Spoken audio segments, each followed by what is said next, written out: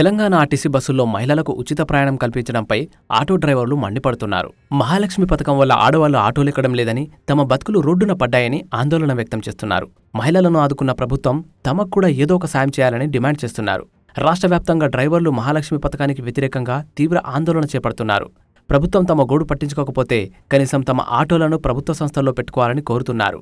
భారతీయ మజ్దూర్ సంఘ్ నాయకులు శుక్రవారం పలు ప్రాంతాల్లో నిరసన ప్రదర్శనలు నిర్వహించారు. ప్రభుత్వం తమ సమస్యలను పరిష్కరించకపోతే భారీ ఆందోళనకు దిగుతామని హెచ్చరించారు. ప్రజాభవన్ను, అసెంబ్లీని ముట్టడిస్తాం. ఇది రాజకీయ పార్టీల వ్యవహారం కాదు. 8 లక్షల మంది బతుకుదెరువు సమస్య. మహిళలకు మేలు చేయడానికి మా జీవితాలను నాశనం చేయొద్దు అని అంటున్నారు. మహాలక్ష్మి పథకం రాకముందు రోజుకు 1000 రూపాయలు సంపాదించేవాళ్ళం. ఇప్పుడు 300 కూడా రావటం లేదు. ఆ 300 కూడా డీజిల్ ఛార్జీలకే సరిపోవడం లేదు అని ఆవేదన వ్యక్తం చేశారు. ఈ పథకాన్ని అమలు చేయాలనుకుంటే తమకు ఆర్థిక సాయం చేసి ఆర్టీసీ బస్సుల సంఖ్య తగ్గించాలని కోరుతున్నారు.